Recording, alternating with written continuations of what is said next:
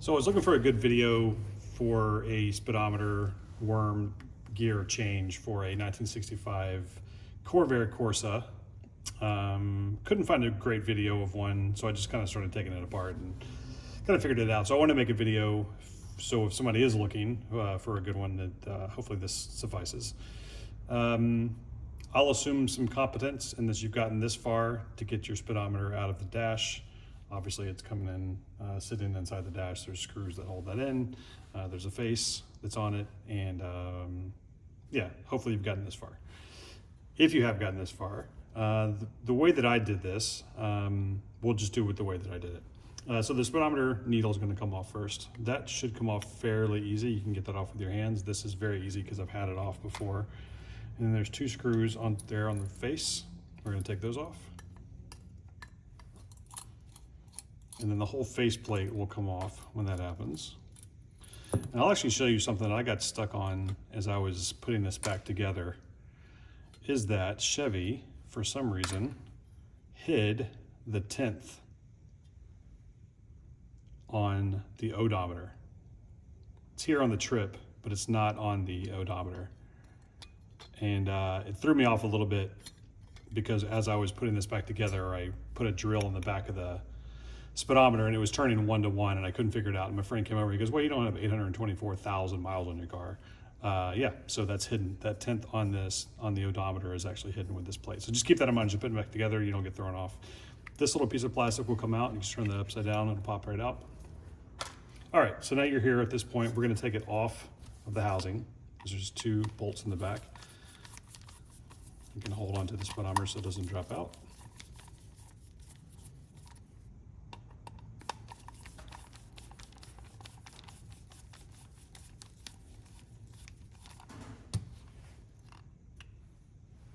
I'm going to take these two. I've also got these split up into 3 different phases here. You'll kind of see what I'm thinking as I go through this. All right, so here you're left with all the mechanics. The first step that I took in doing this was taking off that top plate. There's a needle right here. It's pretty fragile. Just keep that in mind as you're working with it, just so you're not bending or touching. I mean, you can touch it, but try not to bend it.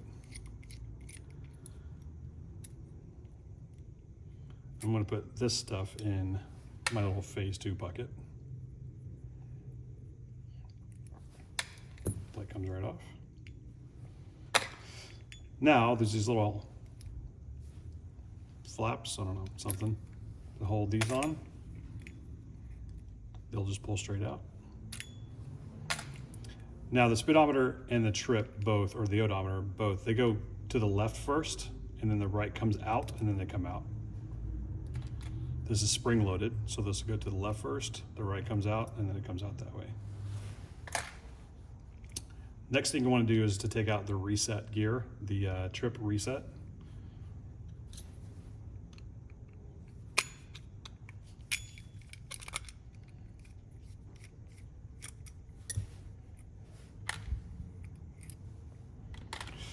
And now we're taking out the, I don't know if this is a bell housing for the actual magnet.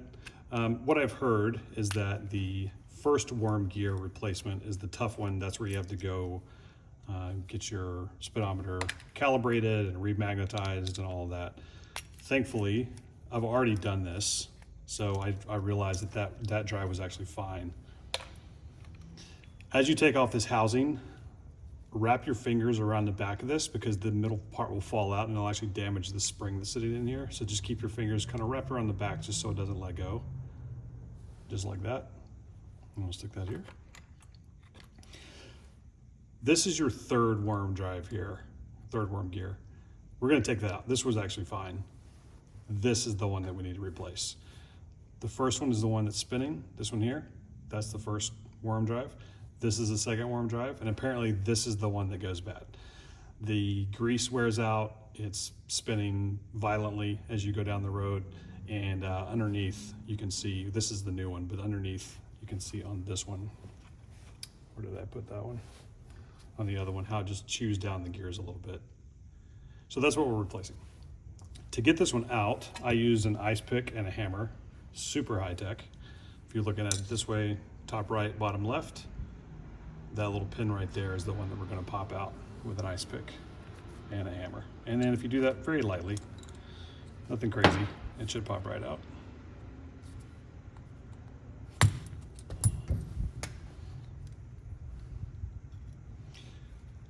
There's the problem with all the speedometers. I have not greased this one back up, but what you want to do is put a little blue grease in there. And this is the piece that holds it in place. What I didn't notice when I first did this was that there's a little washer that has remained in place. There's a little copper washer that's right there. Just make sure that that's in there before you put it back in. That's where it belongs. Right there on the side that you knocked out. There's a little copper washer in there. I don't know if you can see that or not. If you can't see it, just know that it's there. All right, so that's the disassembly. Let's pretend that we just had the second worm drive new. We're gonna grease it a little bit, which I have not done yet, so don't worry about that yet. Get that back in the pinned place.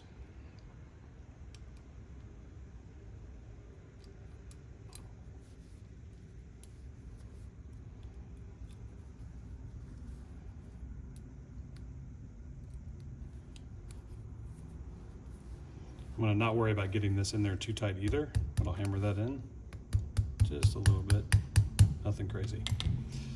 So now in reassembly, you're gonna take your third worm drive, you've replaced the second one now, this is the first, you've replaced the second, third worm goes in with the with the vertical gears down.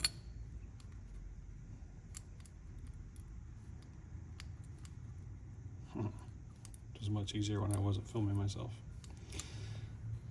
And that's housing, same way. When you pick it up, just keep your fingers wrapped around the back of it so that middle part doesn't hang down. And that's gonna go right back over the top of the magnet.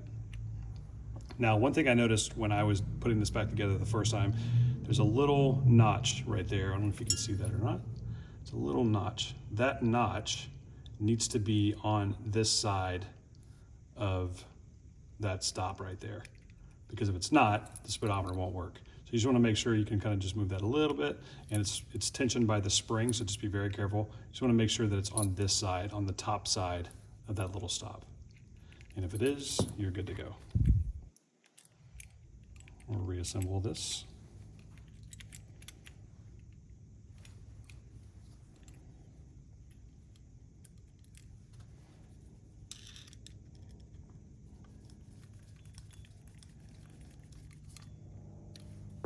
And there's just two screws that are holding this in.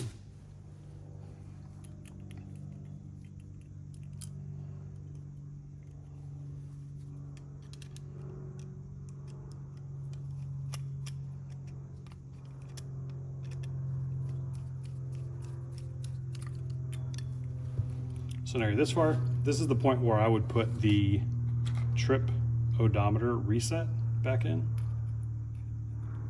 That fits there just like that.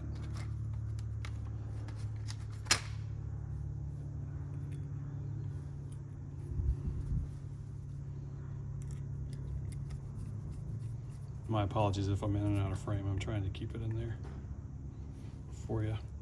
Okay, if you'll notice as we put these odometer numbers and the trip numbers back on, there's a little rail that runs laterally right here on both. So this is the trip side, there's a little rail that runs lateral. Let's do the trip first. There's little feet on the bottom of this. You can see those there. Just make sure as you put this back in, those feet sit on that rail. They should hug that rail just like that. So one on one side, one on the other. Oh, you know what? The spring fell off. So the odometer, or the trip odometer, like I said, is the only one that does have the spring on it. So make sure the spring's there. We'll stick it back in here. Get those feet back lined up on the rail. Feet are on the rail. Let it pop back in. Good to go. This one's a little more difficult because you got a few more of the feet. I'm sure they're not called feet for all you Corvair nuts out there. You can leave me a comment and tell me what they're actually called. To me, they're feet. All right, so as we go in with the odometer, we'll just kind of line these up as needed.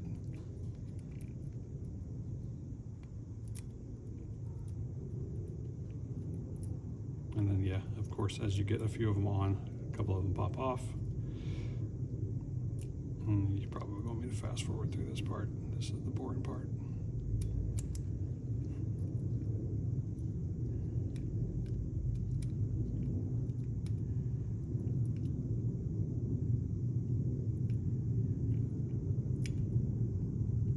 There we go. All the feet are on. Get that back in there. I just want to make sure that the grill, not the grill, the gear is going to hit this third worm drive. Make sure all the feet are on,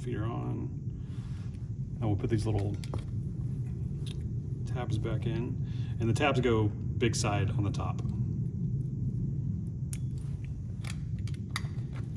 And this, you have to push the spring back a little bit to get to it. I tried doing it with the tab itself and it kind of got caught a few times, so we'll push the spring back. Well, let's try it with the tab because that's not working.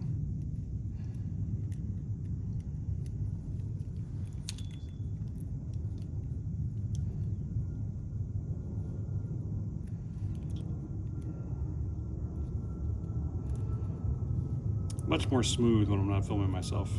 Isn't that the case with everything? All right, that tab's back in. Spring is free. Now those will flip up to where the top side, it has the big on it, the big side on it. Because this little piece lays right on top of there. Now, let's set something down. As you're putting this back through, make sure that that pin that holds the needle is very carefully threaded in that hole. This is where I think you could do some damage to the needle, especially if you can't see it like I can't see it. And wiggle that third worm top in there, and that piece there, and then you're reassembling.